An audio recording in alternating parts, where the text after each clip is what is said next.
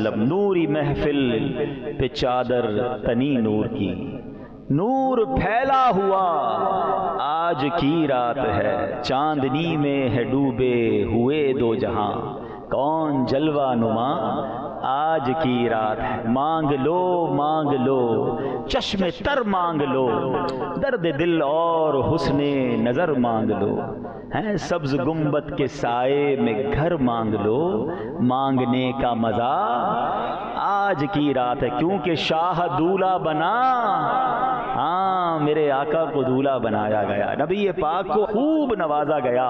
اے میرے پیارے اسلامی بھائیوں، اس سے پہلے کہ میں کچھ واقعہ معراج کی تفصیل اور اس سے ہم نے کیا سیکھنا ہے، اس خوبصورت واقعے سے لے کر کیا جانا ہے، تھوڑا سا معراج کے واقعے کی خوبصورت حکمتوں کی طرف چلتے ہیں۔ It is not an ordinary journey, یہ کوئی نارمل سفر نہیں تھا، یہ ایک ایسا سفر ہے، یہ ایک ایسا انعام ہے جو کائنات میں کسی اور کو عطا نہیں کیا گیا۔ اسی لیے تو آج عشاقان مصطفیٰ بہت جھوم رہے ہیں۔ جب بھی معراج کی رات آتی ہے نا، آپ دیکھیں چہروں پر خوشی آ جاتی ہے، میں کئی چہروں کو مسکراتا ہوا ایک عجیب خوشی سے سرشار دیکھ رہا ہوں، اور کیوں نہ ہو، ویسے لاجیکلی ایک سوال بنتا ہے، معراج تو نبی پاک کو نصیب ہوئی، دیدار تو اللہ کے حبیب کو ہوا، انعامات تو انہیں دیے گئے، ہم کیوں خوش ہیں؟ پتہ یہ چلا کہ جس سے پیار ہونا، جس سے محبت ہو، اس کے ہر عروج سے پیار ہوتا ہے، اس کے ہر عروج سے خوشی ہوتی ہے، کیوں نہ خوشی ہو، میں امتی اس کا ہوں، میں غلام اس کا ہوں جس کو وہ مرتبہ ملا جو کائنات میں کسی اور کو نہیں ملا۔ اعلیٰ حضرت کہتے ہیں نا، وہ خدا نے ہے مرتبہ تجھ کو دیا، نہ کسی کو ملے نہ کسی کو ملا، کہ کلام مجید نے کھائی شہا، تیرے شہر و کلام و بقا کی قسم، تیرا مسند ناز عرش بری، تیرا محرم راز روح امی، تو ہی سرور ہر دو جہاں ہے شہا، تیرا مثل نہیں ہے خدا کی قسم۔ یاد رکھیے گا، ماشاءاللہ بڑے ینگسٹر بھی موجود ہیں، نوجوان بھی موجود ہیں، انفارچونیٹلی ان تمام باتوں کی ڈیفینیشنز یا تفصیل میں نہیں پتا ہوتی، تو پہلے میں آپ کو یہ بتاؤں کہ میریکل، معجزہ جو ہے یہ ہر نبی کو عطا کیا گیا۔ یہ ایک ایسی دلیل ہوتی تھی کہ جب وہ لوگوں کو اللہ کی طرف بلاتے تھے نا، تو ان کے پاس کوئی ایسی نشانی ہوتی تھی، وہ کچھ ایسا کرتے تھے کہ لوگ حیران ہو کر مان لیتے تھے کہ یہ اللہ کی طرف سے بھیجے گئے پیغمبر ہیں۔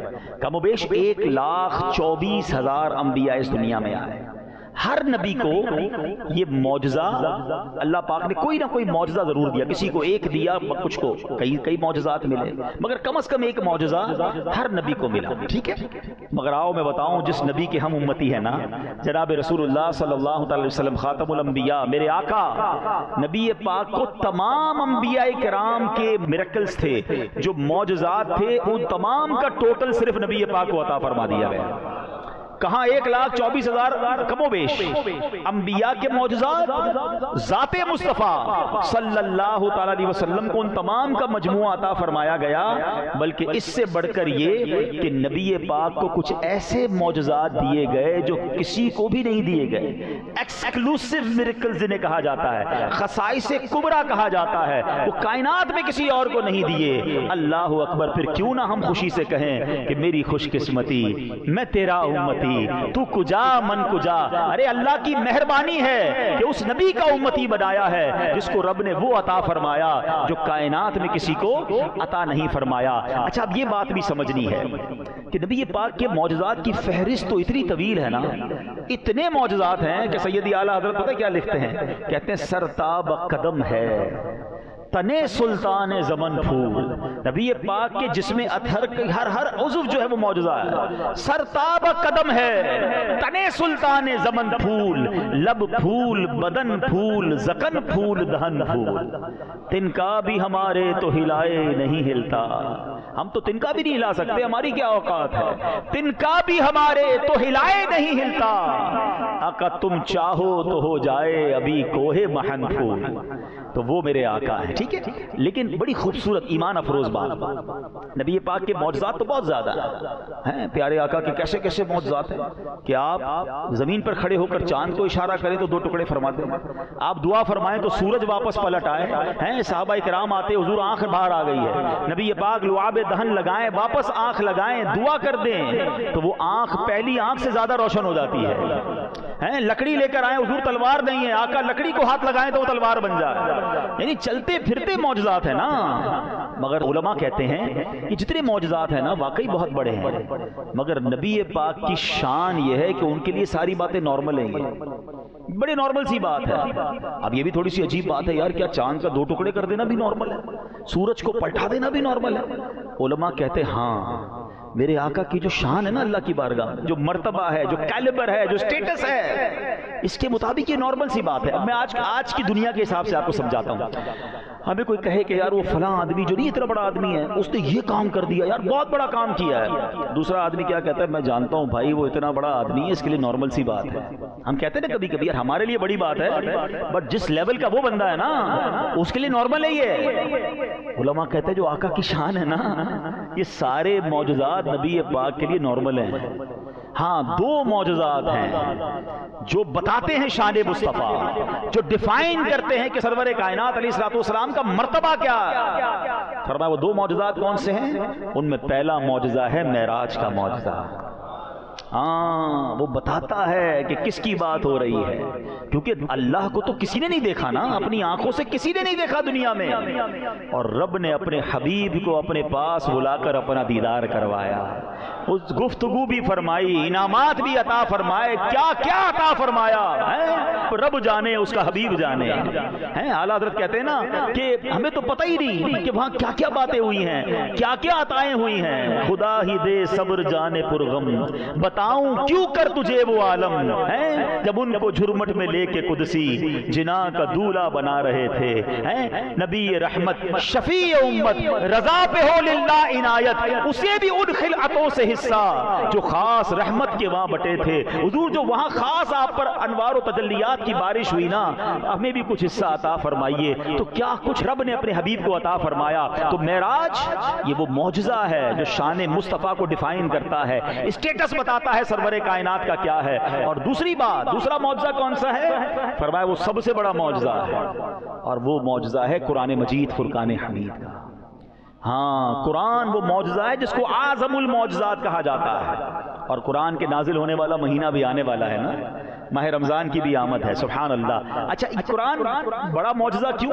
بہت ساری وجوہات ہیں، مگر ایک بات سمجھاؤں، اگر اس قرآن کو ہم کسی پہاڑ پر بھی نازل کرتے نا تو خشیت الہی کے سبب وہ ریزہ ریزہ ہو جاتا۔ It means there were no place، کائنات میں کوئی جگہ ہی نہیں تھی کہ جہاں قرآن نازل ہو سکتا، پہاڑ بھی نہیں اٹھا سک رہا تھا، اس کی ہیبت، اس کا بوجھ، اس وحی کی طاقت، تو پھر قرآن کہاں نازل کیا گیا؟ سبحان اللہ، قلب مصطفیٰ، سینہ مصطفیٰ کو وہ طاقت عطا فرمائی رب نے کہ قرآن ان کے سینے پر نازل فرمایا گیا۔ ہاں 40 سال کی عمر تھی نا، اللہ اکبر، یا رسول اللہ صلی اللہ علیہ وسلم، یا غوث اعظم دستگیر۔ اب کیا ہوا؟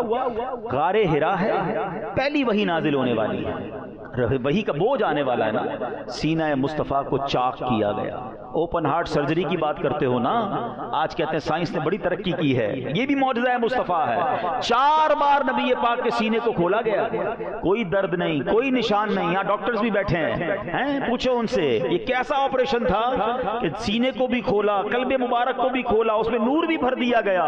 نبی پاک کے جسم اقدس پر کوئی نشان نہیں، کوئی درد نہیں ہے، اور اس کے بھی ریزن علماء نے بیان کیے کہ جو غار حرا میں قلب مصطفیٰ میں نور داخل کیا گیا، یہ پریپیئر کیا گیا سرکار دو عالم علیہ الصلوۃ والسلام کو کہ اب کلام اللہ نازل ہونا ہے، اب وحی نازل ہونی ہے، وہ اس کی جو ہیبت ہے، جو اس کی طاقت ہے، اس کو سبحان اللہ نبی پاک کے قلب اقدس کو اٹھانے کا وہ اور مزید برکتیں مل جائیں۔ بالکل اسی طرح جب نبی پاک کو رب کی بارگاہ میں لے جایا گیا نا، ہاں یہ بھی وہ سفر تھا، بڑی سائنس کی بات کرتے ہیں نا لوگ کہ جناب ٹائم ٹریول کی بات ہوتی ہے، سپر سونک ایئر کرافٹ کی بات ہوتی ہے، جناب مہینوں کا سفر دنوں میں۔ اب بتایا جا رہا ہے کہ کوئی نیا ایئر کرافٹ لا رہے ہیں جو اسپیس میں جائے گا، پھر واپس نیچے آئے گا، پاکستان سے ٹریول ہوگا، 2 گھنٹے میں امریکہ پہنچ جائیں گے۔ اتنی ترقی جناب سائنس نے، ہو سکتا ہے کوئی آج کا ماڈرن نوجوان کہتا کہ جناب سائنس نے تو اتنی ترقی کر لی، ہم نے تو کتابوں میں یہ پڑھا ہے کہ ہر نبی کو اس کے دور کے مطابق معجزہ دیا گیا، تو آپ کے نبی کے پاس جو آخری نبی ہیں،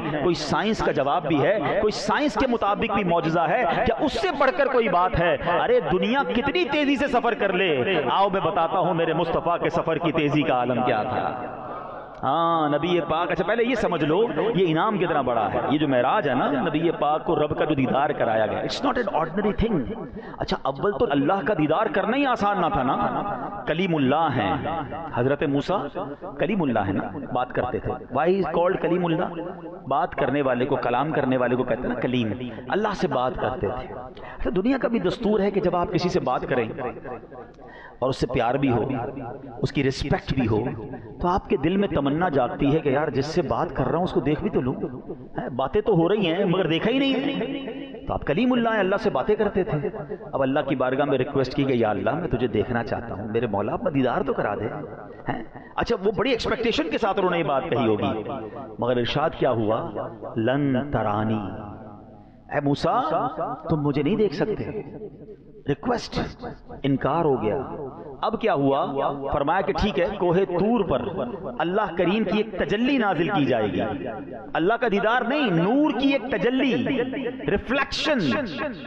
اب حضرت موسیٰ نے جب اس کو دیکھا نا تو اس قدر اس کی ہیبت تھی کہ آپ بے ہوش ہو گئے. وہ نور کی تجلی کو برداشت نہ کر سکے، بے ہوش ہو گئے. اچھا کلیم اللہ کہہ رہے ہیں اللہ دیکھنا ہے، جواب کیا ہے؟ لن ترانی. آج سمجھ لو کلیم اللہ اور حبیب اللہ میں فرق کیا ہوتا ہے. ہاں understand the difference between claim Allah and Habib Allah. Claim Allah request کر رہے ہیں، انکار ہو رہا ہے، ڈینائل ہے، اور ادھر جبریل امین کو بھیجا جا رہا ہے کہ میرے حبیب کو میرے پاس لے آؤ. اب اتنا مشکل کام، اتنا ڈیفرنٹ کہ وہاں وہ دیدار بھی نہیں کر پائے.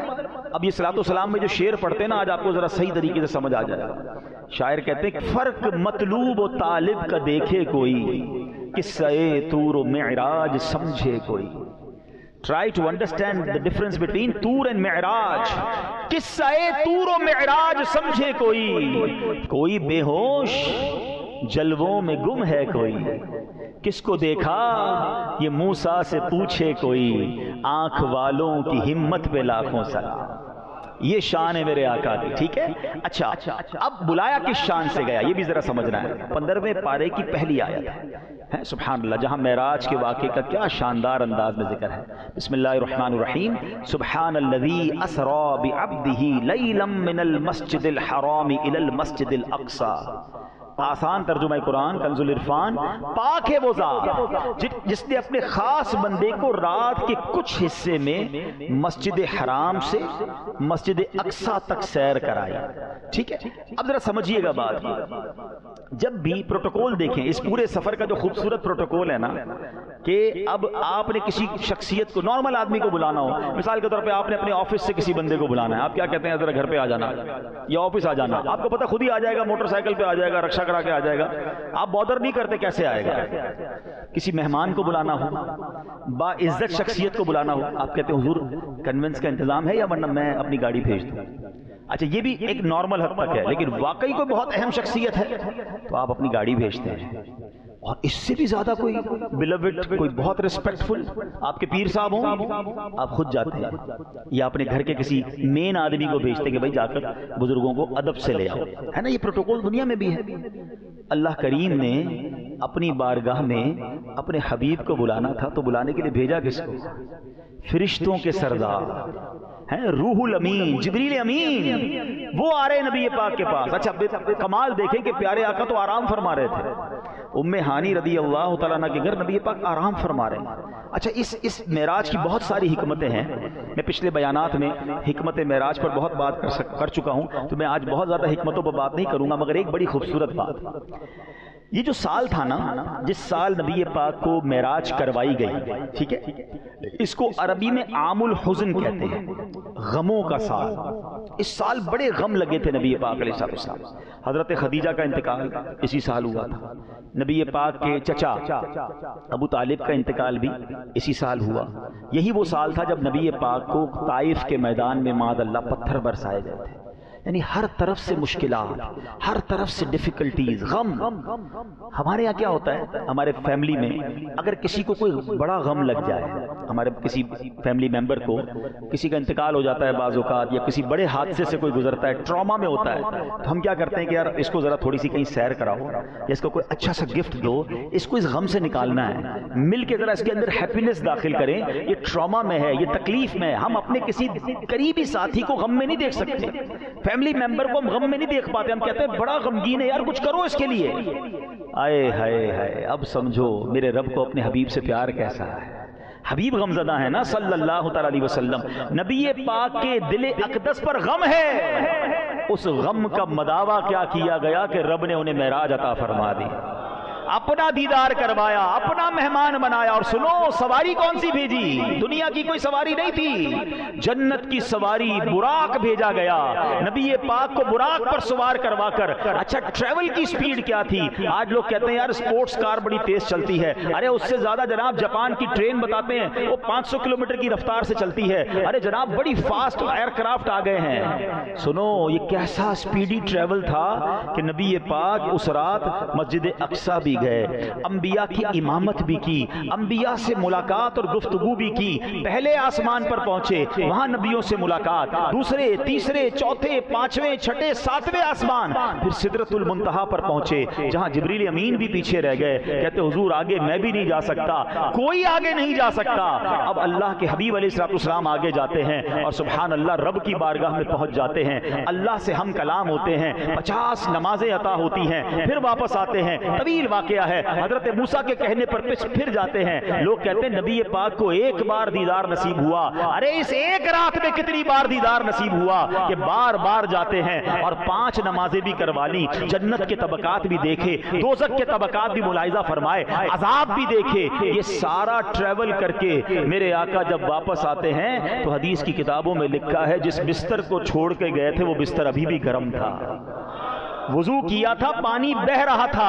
آقا واپس آئے، پانی اس وقت بھی بہ رہا تھا. یہ سارے کام سیکنڈوں میں ختم ہو جاتے ہیں. آج ٹھنڈی رات آپ بستر سے اٹھیں، تھوڑی دیر بستر گرم رہتا ہے، اس کے بعد بستر نارمل ہو جاتا ہے. وضو کریں، پانی کتنی دیر بہتا ہے؟ چند سیکنڈ بہتا ہے، پھر رک جاتا ہے. اس کا مطلب یہ ہوا کہ سرور کائنات یہ صدیوں کا سفر کر کے واپس آئے ہیں، مگر وقت وہیں رکا ہوا ہے، کائنات وہیں رکی ہوئی ہے. ارے سائنس کو اس سے بڑا جواب کیا ہو سکتا ہے کہ میرے حبیب نے وہ سفر کیا کہ جناب کائنات میں وقت ہی نہ گزرا اور یہ سارا ٹریول پورا ہو گیا. سبحان اللہ. اب عقل کہتی ہے، لاجک کہتی ہے کیسے ممکن ہے. میں اس کا جواب آپ کو عشق کی زبان میں دے دیتا ہوں. ہم سب گھڑی پہنتے ہیں، اس میں سیل ہوتا ہے نا، گھڑی سے سیل نکال لو تو گھڑی رک جاتی ہے.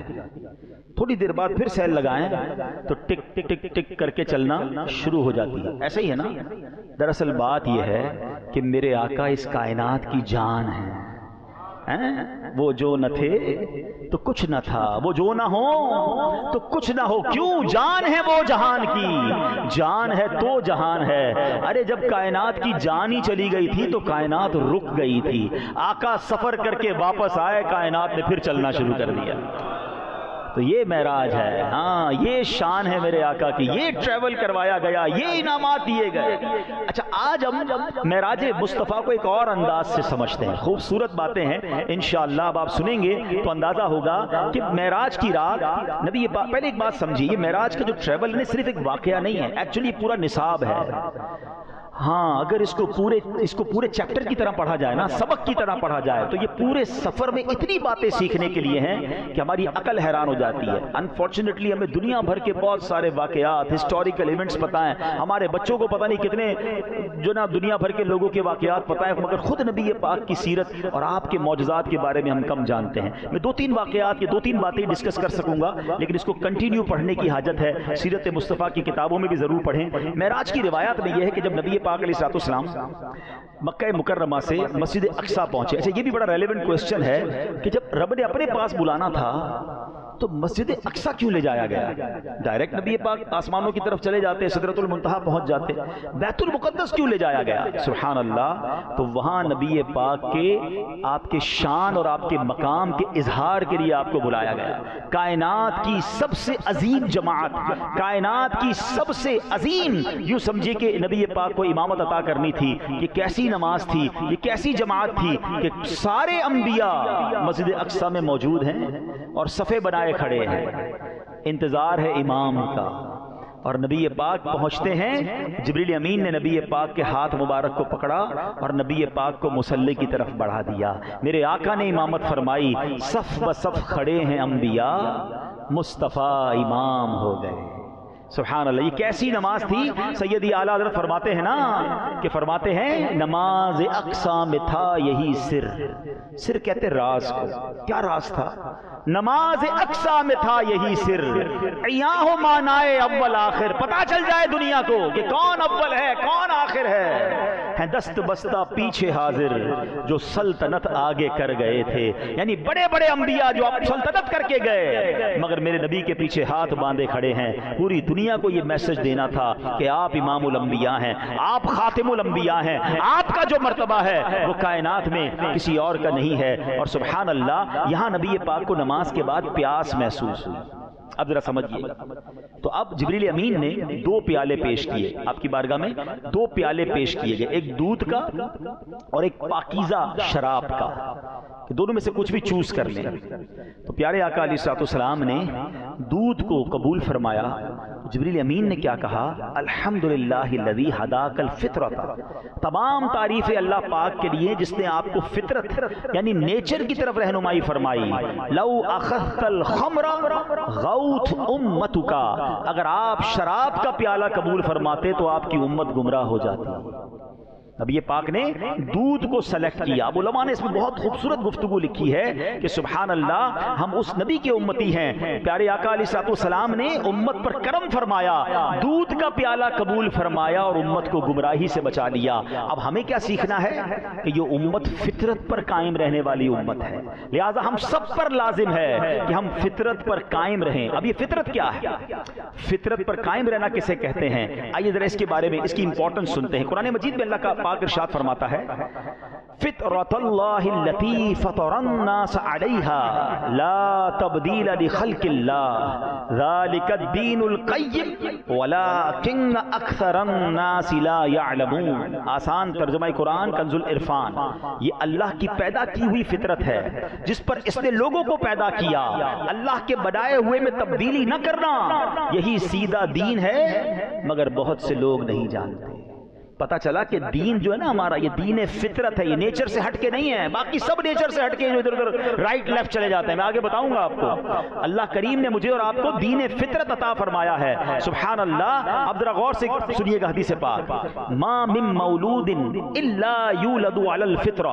اللہ کے نبی فرماتے ہیں ہر بچہ فطرت پر ہی پیدا ہوتا ہے۔ آگے کیا فرمایا؟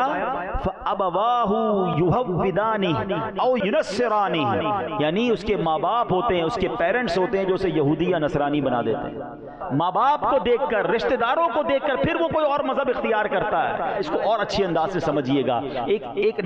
آج کل ایتھیزم بہت بڑھ رہا ہے، بدقسمتی سے دنیا میں لوگ دین سے ہی بیزار ہوتے جا رہے ہیں، اللہ کو بھی نہیں مانتے، دین کو بھی نہیں مانتے۔ تو ایک بار کیا ہوا، امام جعفر صادق، ایک بندہ آیا جو کہتا ہے میں کسی دین کو نہیں مانتا، میں اللہ کو بھی نہیں مانتا، معاذ اللہ، ایتھیزم والا تھا، ایتھیسٹ تھا، دہریہ جس کو کہتے ہیں۔ تو آپ نے کہا کبھی تم نے سمندری سفر کیا ہے؟ کہتا ہاں کیا ہے۔ کوئی خوفناک واقعہ تمہارے ساتھ پیش آیا ہے؟ کہتا ہاں بڑا خوفناک واقعہ۔ فرمایا بتاؤ کیا واقعہ تھا؟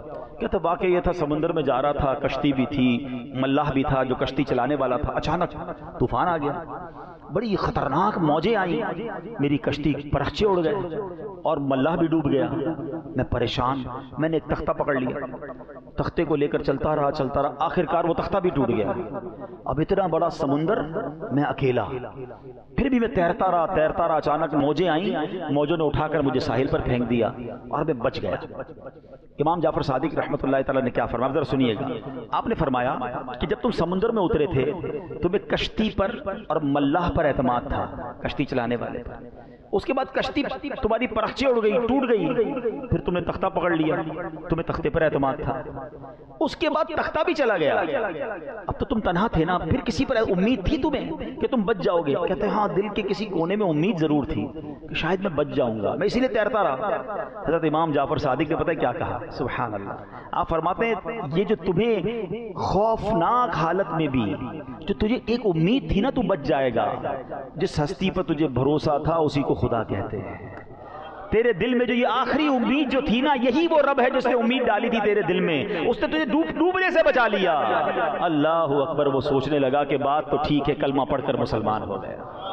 تو ہمارا دین ایکچولی دین فطرت ہے، ہمیں نیچر سے ہٹ کے کچھ نہیں کرنا، ہمیں نیچر کو فالو کرنا ہے۔ اور میں آپ کو یہ بھی بتاؤں کہ احادیث میں فطرت کی عادتیں بھی بتائی گئی ہیں، جو اللہ پاک نے جس فطرت پر مجھے اور آپ کو بنایا ہے۔ انفارچونیٹلی آج کل لوگ فطرت کو خود چینج کر رہے ہیں، اسلام کو برا بھلا کہنے والے ایکچولی خود فطرت اور اسلام کے خلاف جا رہے ہیں۔ سنیے، ہماری امی جان بی بی عائشہ صدیقہ طیبہ طاہرہ رضی اللہ تعالیٰ فرماتی ہیں کہ رسول پاک علیہ السلام نے فرمایا 10 چیزیں فطرت سے ہیں، اور ان 10 میں سے کچھ میں بیان کر دیتا ہوں جو فطرت سے ہیں۔ فرمایا مونچھیں چھوٹی کرنا، داڑھی کو بڑھانا، مسواک کرنا، ناک میں پانی چڑھانا، ناخن کاٹنا، بغل اور ناف کے نیچے کے بالوں کو صاف کرنا، فرمایا پانی سے استنجا کرنا، یہ سب انسانی فطرت میں سے ہیں۔ اب آج دیکھیں ماڈرنائز کے نام پر ان میں سے کتنی چیزیں چینج ہوتی جا رہی ہیں۔ اب داڑھی رکھنے والے کم ہو گئے، وہ سمجھتے داڑھی رکھنے والا کوئی عجیب ہے، نہیں، داڑھی فطرت میں ہے، اس کو نہ رکھنے والا فطرت کے خلاف کر رہا ہے۔ اور یہ تمام چیزیں جو بیان کی گئی یہ ہماری فطرت سے ہیں اور یہ انسان کے نیچر کے قریب ہیں، مگر بدقسمتی سے لوگ اس کو فالو نہیں کرتے۔ اے میرے پیارے اسلامی بھائیوں، اب آگے چلتے ہیں۔ سفر معراج میں ایک تو فطرت کے بارے میں سیکھنے کو ملا کہ ہمیں فطرت پر باقی رہنا ہے، پھر فرمایا کہ سفر معراج میں یہ ایکچولی سفر جو تھا نا، یہ علم دین حاصل کرنے کے لیے سفر تھا۔ ہاں، نبی پاک علیہ السلام کو رب نے حکم فرمایا وَقُلْ رَبِّ زِدْنِي عِلْمًا، عرض کرو اے میرے رب میرے علم میں اضافہ فرما۔ آپ دعا کرتے تھے، بار بار دعا کرتے تھے، اے اللہ میرے علم میں اضافہ فرما۔ تو سبحان اللہ، یاد رکھیے کہ یہ ایک ایسا سفر تھا، اس میں نبی پاک کو ایک ایسا علم عطا کرنا تھا جس کا علم کائنات میں کسی کو بھی نہیں تھا کہ سدرۃ المنتہا سے آگے کیا ہے، فرشتے بھی نہیں جا پا رہے، جبریل امین بھی نہیں جا پا رہے، وہاں اللہ کے رازوں میں سے راز تھے۔ تو نبی پاک کو ایک ایسا علم عطا کرنا تھا جو کائنات میں کسی اور کو نہیں تھا، چونکہ نبی پاک دعا کرتے تھے کہ اے اللہ میرے علم میں اضافہ فرما، تو رب نے اپنے حبیب کے علم کی وسعتوں کو بڑھانے کے لیے انہیں معراج کا سفر عطا فرمایا، سدرۃ المنتہا سے بھی آگے بلایا۔ اور سنو کتنا علم دیا پیارے آقا علیہ السلام کو رب نے، کون کون سے علوم عطا فرمائے، خود قرآن میں فرمایا فَأَوْحَا إِلَىٰ عَبْدِهِ مَا أَوْحَا، پھر اس نے اپنے بندے کو وحی فرمائی جو اس نے وحی فرمائی، یعنی جو اس نے فرمانا تھا، جو عطا فرمانا تھا اپنے بندے کو عطا فرمایا۔ سبحان اللہ، یعنی کیا راز کی باتیں ہوئیں، کیسے کیسے علوم عطا کیے گئے، اس کے بارے میں عقل تو گم ہو جاتی ہے۔ اے میرے پیارے اسلامی بھائیوں، نبی پاک علیہ السلام خود فرماتے ہیں، سنو علم کیسا ملا کہ میں جب پردہ غیب میں پہنچا تو میرے منہ میں ایک قطرہ ٹپکایا گیا جو برف سے زیادہ ٹھنڈا اور کستوری سے زیادہ خوشبودار تھا۔ اس قطرے میں اولین و آخرین یعنی اگلے پچھلوں کا علم تھا جو میرے دل میں ڈال دیا گیا۔ ہائے ہائے ہائے سبحان، اس مفہوم کی ایک اور حدیث پاک ترمذی شریف میں ہے جس میں پیارے آقا علیہ السلام نے فرمایا مشرق و مغرب یعنی ایسٹ اینڈ ویسٹ کے درمیان میں جو کچھ ہے وہ سب میں نے جان لیا۔ اچھا، اب عجیب و غریب ڈیبیٹ ہوتی ہے آج کل، پتہ نہیں کیوں لوگ کنفیوژن پھیلاتے ہیں۔ اچھا دو باتیں کر لیتا ہوں، چلے ماشاءاللہ سفر معراج کی باتیں تو جاری ہیں، کچھ عقیدے کی بھی کلیریفیکیشن، کچھ کنفیوژن کی بھی کلیریفیکیشن ہونی چاہیے۔ اچھا جب شب معراج آتی ہے نا، ماشاءاللہ ہماری مسجد فل ہے، اور کیوں آئے ہیں آپ سب؟ آپ کو نبی پاک سے محبت ہے، آج کی رات آپ خوش ہیں، عاشقان رسول کے چہرے جھوم رہے ہیں، آج سچی بات ہے کہتے ہیں ہم بھی ہواؤں میں اڑ رہے ہیں کہ ہمارے آقا پر ایسی مہربانی ہوئی ہے اور ہم ان کے امتی ہیں، اور ہونا بھی یہی چاہیے، جس سے پیار ہو اس کے ہر عروج سے پیار ہوتا ہے۔ مگر آج کی رات بھی کچھ لوگ کنفیوژن پھیلا رہے ہوتے ہیں کہ جناب یہ جو معراج تھی نا، یہ فزیکل نہیں تھی، یہ تو خواب میں ہوئی تھی۔ ٹھیک ہے جناب، پتہ نہیں کیا پرابلم ہے، جب بھی نبی پاک کی شان بیان ہوتی ہے کچھ لوگوں کو ٹینشن شروع ہو جاتی ہے۔ اچھا یہ جھگڑا آج سے نہیں ہے، یہ پرابلم اسی زمانے سے ہے۔ اب میں آج کلیئر کر دیتا ہوں آپ کو، بچے نوجوان کافی سارے آئے ہوئے ہیں۔ 27 رجب کی صبح نبی پاک علیہ السلام نے کلیم کیا، اہلیان مکہ کو جمع کر کے، صحابہ کرام بھی تھے اور اس زمانے میں کفار بھی تھے، اتنا اسلام تو پھیلا نہیں تھا، کفار زیادہ تھے، مسلمان تھوڑے تھے۔ تو نبی پاک نے کلیم کیا کہ میں رات کے تھوڑے حصے میں بیت المقدس بھی ہو کر آیا ہوں، آسمانوں کی سیر بھی کر کے آیا ہوں۔ تو صحابہ تو انجوائے کرنے لگے، خوش ہو گئے، وہ تو ایمان رکھتے تھے نبی پاک پر۔ مگر کفار مکہ میں ابو جہل کو یہ پتہ چل گیا، کہتا واقعی آپ رات کے تھوڑے حصے میں ہو کر آ گئے؟ کہاں، اگر میں اور لوگ جمع کر لوں تو یہی دعویٰ آپ ان کے سامنے بھی کر دیں گے؟ نبی پاک نے فرمایا بالکل کر دوں گا۔